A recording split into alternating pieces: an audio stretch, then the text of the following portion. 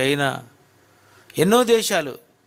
ఆ దేశాలలో వర్షాలు రావడం, కార్లు కొట్టుకెళ్ళిపోవటం, విమానాలు మునిగిపోవటం, అలాగే ఊరంతా కూడా సర్వనాశనం అయిపోవటం, ఇవన్నీ జరుగుతున్నప్పుడు ఏమనుకోవాలంటే ఆ ప్రాంతము చెడిపోయింది,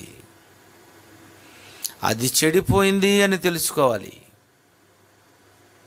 ఇలాంటివి ఎక్కడ సంభవిస్తున్నా మనకు అర్థమైపోవాలి, సూచన ఇస్తుంది, చెడిపోయింది.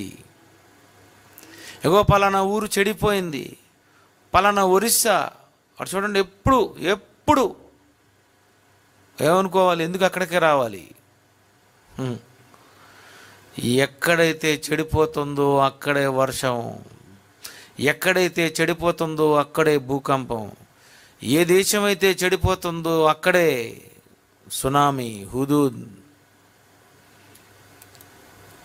తుఫాను, ఇలా రకరకాలైనటువంటి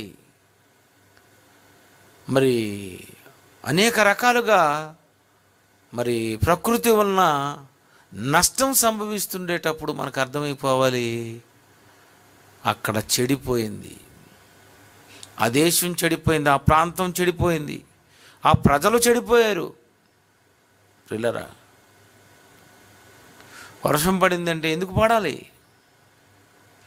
రావలసిన వర్షం తుఫానుగా ఎందుకు మారిపోవాలి? అది ప్రళయంగా ఎందుకు మారిపోవాలి? అక్కడికే ఎందుకు రావాలి? అక్కడికే వచ్చింది అంటే మనకు అర్థమైపోవాలి, ఆ ప్రాంతం మంచిది కాదు, ఆ ప్రాంత ప్రజలు మంచివాళ్ళు కారు. అందుకే అక్కడికి వచ్చి